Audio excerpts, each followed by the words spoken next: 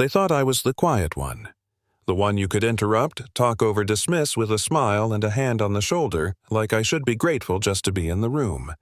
They thought I wouldn't notice the jokes, the looks, the way conversation stopped when I spoke, and for a long time, I let them think they were right, because when you grow up being underestimated, you learn how to survive by shrinking. What they never realized was that shrinking doesn't mean disappearing. It just means waiting. I married into that family believing love could soften sharp edges. I believed patience could earn respect. My husband, Nathan Hale, came from money from a name people recognized. His mother, Eleanor, ran everything behind the scenes, smiling in public, calculating in private. From the outside, it looked perfect. Big house, charity events, business dinners. From the inside, it felt like walking on glass barefoot smiling, so no one would notice the blood. Nathan never yelled in public. He saved his real voice for closed doors. At home, he had this way of leaning in, lowering his tone, making every insult sound reasonable. "You're too sensitive," he'd say, like he was doing me a favor. "You take things personally." And I'd nod because arguing only made it worse. His mother would watch sometimes, arms crossed, lips tight, like she was grading my performance. "A good wife supports her husband," she'd remind me. "You'll learn." I tried. God, I tried. I learned how to speak less, how to laugh at jokes made at my expense, how to disappear at dinner parties while sitting right there at the table. People would say things like, "She's so quiet," or "Nathan married." Differently. They laughed. Nathan smiled. I stared at my glass and counted my breaths. You know what I mean? The first time he hit me, it didn't even feel real. 1 second we were arguing about something small, dinner being late the next, my head snapped to the side and my ears rang. He looked shocked, almost offended that I'd make him do that. "Look what you made me do," he said, and somehow I apologized. That's how it starts. Not with rage, with confusion. The money disappeared slowly. Accounts I used every day stopped working. Passwords changed. When I asked, Nathan said it was for my own good. "You stress about finances," he told me. "I'm handling it." Eleanor nodded like it was settled. I told myself this was normal. I told myself marriages go through phases. I told myself things would get better. Then I found out I was pregnant. I thought maybe this would change something. I thought maybe becoming a father would wake him up. When I told him, he didn't hug me. He didn't smile. He sighed, rubbed his face, and said, "This isn't good timing." When I started bleeding that night, the pain folding me in half, I begged him to take me to the hospital. He stayed in the bedroom. I drove myself. I lost the baby alone. When I came home the next morning, exhausted and empty, he said I was being dramatic. That was the moment something inside me finally cracked open. I didn't call my parents. They depended on his family too much. I didn't call friends. I'd already pulled away from most of them. I called my twin sister. Her name is Claire.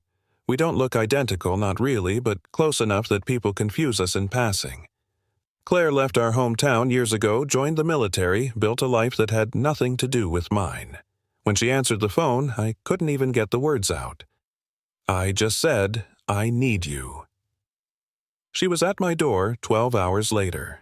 She took one look at me and didn't ask questions. She just hugged me solid and steady, like I wasn't going to break if I leaned too hard. When I finally told her everything, her jaw tightened, but her voice stayed calm. That scared me more than if she'd yelled. "You're not crazy," she said, "and you're not staying here alone." At first the plan was simple. She'd stay hidden. I'd rest, figure out my next move. But then she started noticing things I'd stopped seeing. Documents on Nathan's desk. Emails Eleanor didn't bother to hide. Plans, timelines, notes about my emotional instability. They were building a case. Not to help me. To remove me. Claire found paperwork outlining how my inheritance, the small trust my grandmother left me, would transfer to Nathan if I was deemed unfit. Medical evaluations. Lawyers. Everything neat and clinical.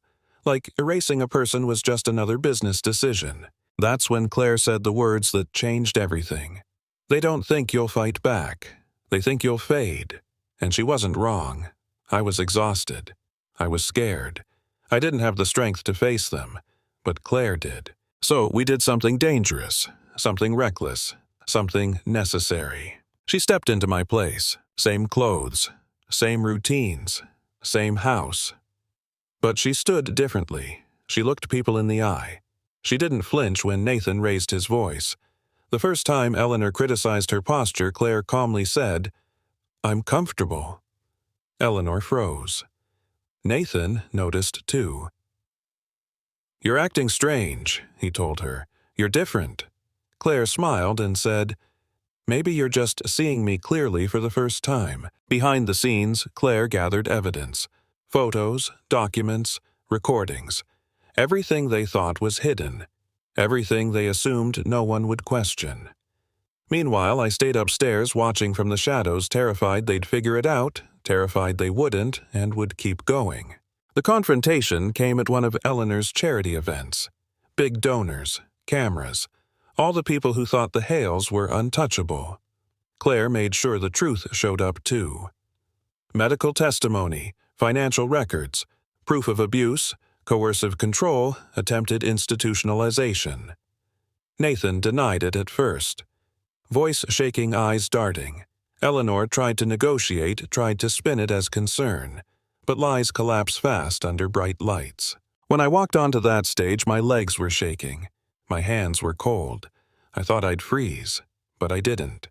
I told them who I was, what I'd lived through, how silence had almost erased me. I didn't scream. I didn't beg. I just told the truth. And the room went quiet in a way that felt like oxygen. Police took Nathan away first. He looked at me like he didn't recognize me. Maybe he didn't. Eleanor followed, still insisting this was all a misunderstanding. No one believed her. Not anymore. Afterward, people asked what I felt. Revenge, relief, justice. Honestly, I felt tired and free. I didn't go back to that house. I didn't go back to being small. I went home with my sister. I started over. And here's the part people argue about when they hear this story. Was what we did right? Was it deception? Was it crossing a line? Maybe. But sometimes the line was drawn to keep you trapped in the first place. So here's my question for you. When the system protects the powerful and silences the vulnerable, where does justice really begin? In the rules, or in the courage to break them? Tell me what you think. I want to hear it.